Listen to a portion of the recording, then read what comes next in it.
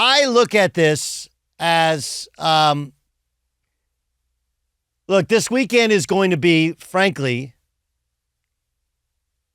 truthfully, honestly, about 4 quarterbacks. That's what this is about. And I'm going to tell you honestly, nobody actually 10 years from now will care how they played. Right? Here's what I mean. Okay? Like Buyer, J. Stu, you guys tell me if I'm wrong here, okay? Does anybody actually remember that Tom Brady had, I think, 3 interceptions in the second half of the game against the Green Bay Packers in the NFC Championship game during the COVID year? Does anybody remember that? Like, first of all, no one remembers that it was a COVID year. So, yes, Tampa Bay went on the road and won 3 games, but they don't remember that the 4 games that helped them get into the playoffs were against 4 of the weakest teams in the NFL, and that they weren't facing full home crowds, and that as good as Tom Brady was in the first half, he was terrible in the second half. Is that accurate, Buyer? No, yeah, I don't think anybody remembers. Nobody knows. You know why? All anybody cares about is who won the damn game, right? Maybe a big play, Dez caught it, pass interference, not called with the Saints game, whatever. Again, even the Saints game, right, the call, everybody talks about. We missed the fact that, if you remember, Drew Brees, didn't he dirt a ball on first down? Okay. Like, there was a bunch of weird stuff. And then Drew Brees, by the way, after that, he got the ball in overtime and couldn't move the football. And then they had to punt it to the Rams and Jared Goff, who we'll see this weekend. Okay. Brees was picked off at midfield. Oh, he was picked off in overtime. Yeah. My mistake. Even worse. Nobody remembers any of that.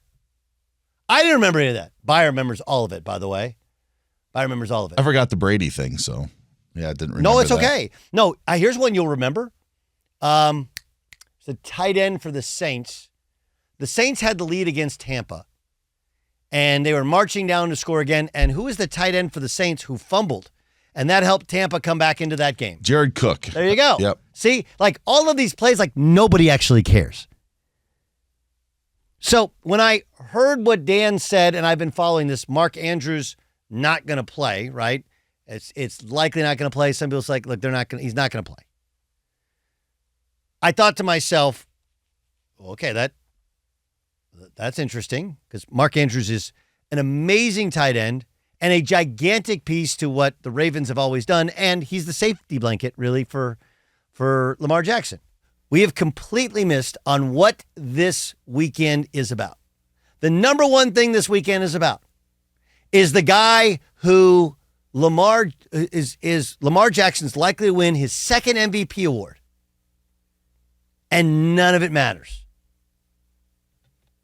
Because Lamar Jackson, fair or unfair, and I think most of it's fair, has only won 1 playoff game, and that was a come-from-behind win against the Tennessee Titans, which people don't remember, because we remember his rookie year when he got in to start, he got booed at home and he was bad. We remember some of the other collapses and the poor play in the playoffs. Lamar Jackson is an amazing player. Amazing. He's going to win his 2nd MVP award. And what they did was they hired Todd Monken to change the offense so that they could score in the playoffs, right? Like, the whole reason they did all of that was Lamar was frustrated. He thought he was being unfairly characterized as a running quarterback only because the offense they played in was more of a college-style offense, and everybody said in order to win in the playoffs, you got to throw from the pocket. He needed a more advanced offense, and that's what he got with Todd Monken. Correct? So that's what this weekend's about. All right. The other one is obviously Josh Allen, immensely talented. Pat Mahomes has found ways to pull that rabbit out of his rear end every time in the divisional playoffs. Right? He's never lost this game as a starting quarterback. Think about that for a second. He's never lost in the divisional game. And, I mean, Josh Allen played a perfect game, statistically, last time they met, and they still couldn't win. This weekend's about Josh Allen. I would say this weekend's about Jordan Love. Maybe you could say both quarterbacks, right? But for Jordan Love, who was the team that stood in the way, outside of Tampa Bay, from Aaron Rodgers reaching the Super Bowl in the last 5 years? The San Francisco 49ers. Can you imagine if Jordan Love in his first year as a starter goes in and beats the Niners on the road?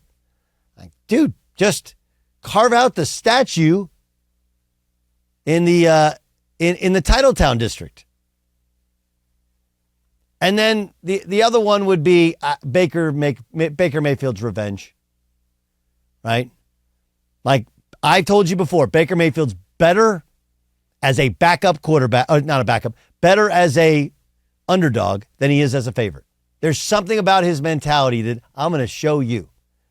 2-time walk-on, earned a starting role at Texas Tech, then lost it because they had Mahomes coming in, then earned a scholarship, earned a starting role at Oklahoma, then won a Heisman Trophy, and is the number one pick. And again, I don't think he's actually an underdog. He's a former number one pick in the NFL, right? You can't say you're an underdog when you're the first pick of the NFL draft. But he's been told he can't be the starter in Cleveland anymore. He's been told he had too many distractions. He's been football Siberia, sent him to Tampa just for a year after being sent to, remember he was with the Rams last year and he played 4 games. In the first game, he had like 2 days to get the playbook, right?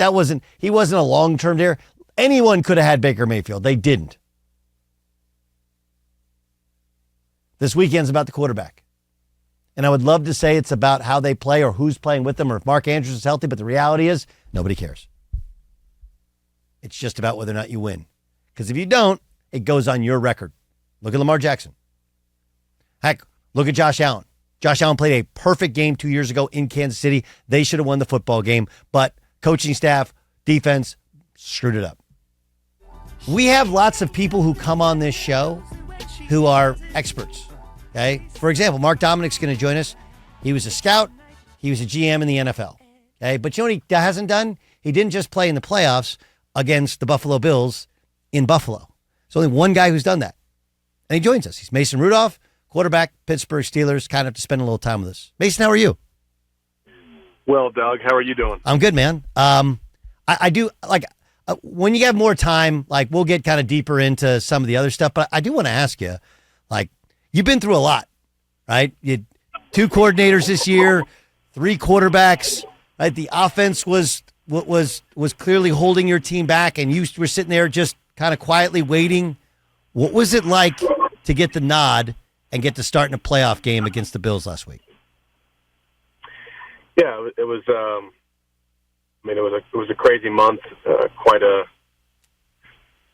unexpected opportunity. I mean, I try to always stay ready, Doug, but I can't say I saw this in a crystal ball coming down the pipe towards the end of the season. But I'm, forever grateful for the opportunity.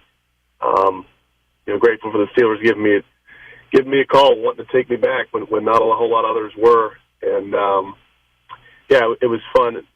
Obviously, we didn't get it done in Buffalo and played a great team and with a lot of great players in a tough place. But I think there's lots of positives to glean from it and to store away in the experience both. Okay, help us out, okay? Because Buffalo, the head coach, is a guy who's a former defensive coordinator. And this was a team that was kind of a mess mid-year, right? They were around 500, and people were wondering would they make the playoffs. Things have changed. Part of it is Josh Allen's played a little better, but a lot of it is the defense has been better. What's their strength? What's their weakness? What's that defense like to go against? Man, I think obviously the offensive players they have make the headlines a lot of times, but like you said, I think I walked away from the game and was highly impressed with their defensive line. Star Lutulele, I believe is how I'm sure I botched that. Yeah. But, their defensive lineman, Polynesian guy, a Tongan guy, was a menace. I mean, he was a disruptor in the run game. Bull rushed quite well. Number 98. And then Leonard, when you got Leonard Floyd, who's an avatar, long guy. Von Miller played selectively. couple of veteran, hard hitting, smart safeties. It's a good unit, and I think they're going to be tough for anyone to play. Kansas City has had trouble with their with the young wide receiving core, right? Just catching the ball. They just have a lot of kind of dudes. It's Mahomes back there. His style is different than yours. His personnel is different than yours. Like if Pat was to call you and go, Mason, like what's the easiest way to get on third down? How do I get a first down? What's the answer? Yeah, I think. Well, first of all, Pat, he doesn't need to call me. I think he'll be just fine.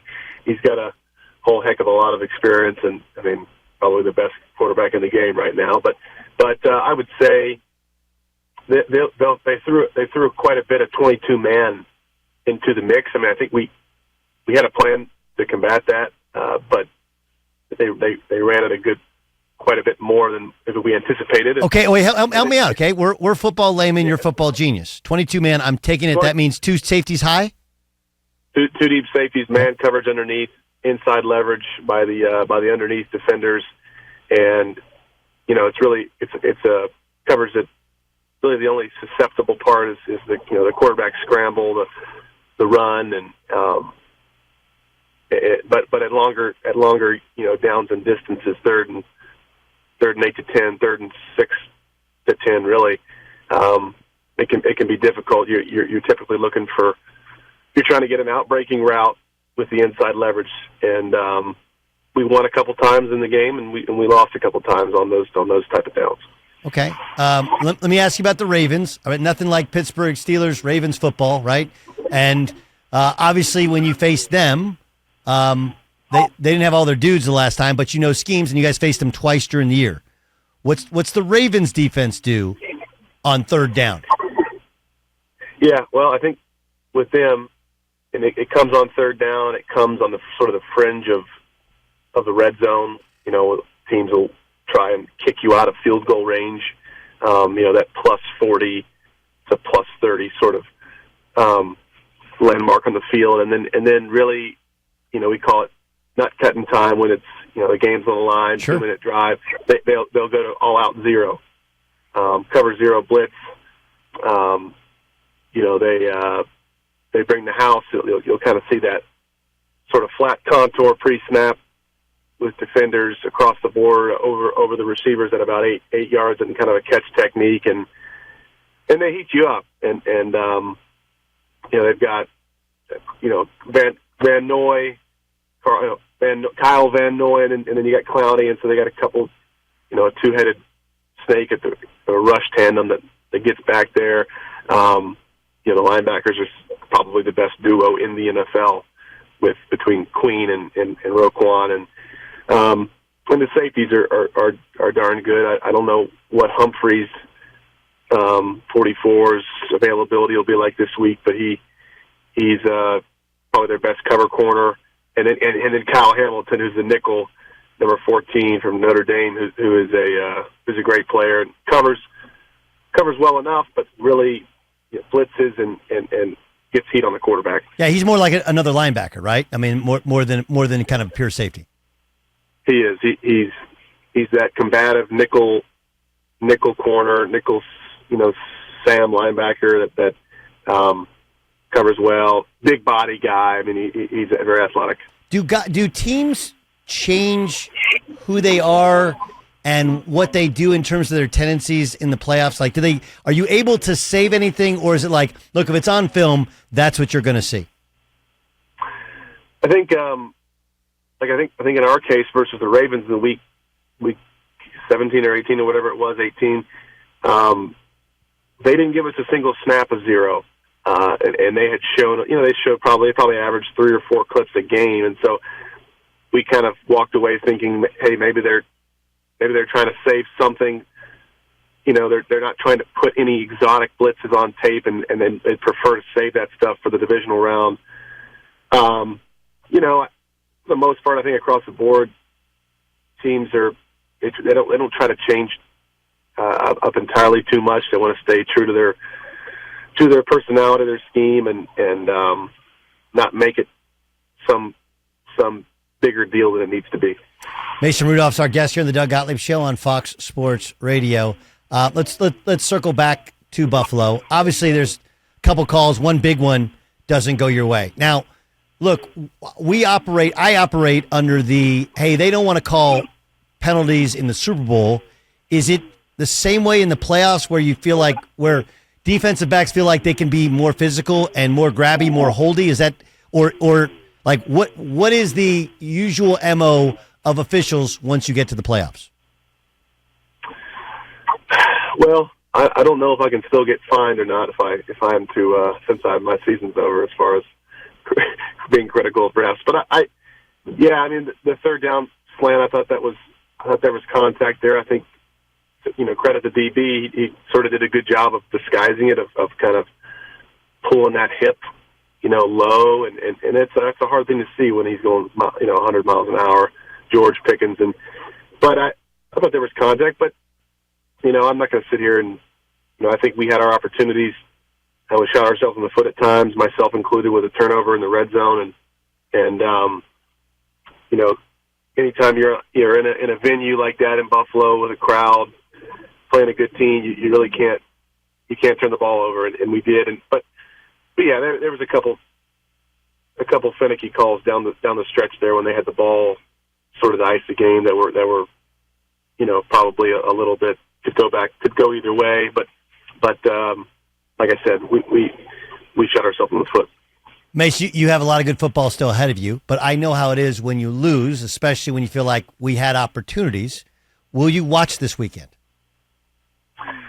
Absolutely. I think so many dear friends on both teams, and I'm a football junkie, and I plan on watching. And yeah, I mean, I think you kind of want to make yourself a little bit miserable, and hope that use it as fire and try to get yourself back to this round next year when given the opportunity. Well, as your friend, I'm so happy for you and proud for how you played and how you handled yourself during the entire season, man. So let's catch up again. We'll do a little bit more long form. But in the meantime, enjoy your weekend, and thanks for your insight, dude. It's awesome. Yeah, thank you, Doug. Appreciate it, brother. All right, that's my guy, Mason Rudolph, joining us in the Doug Gottlieb Show. Thought you would enjoy that.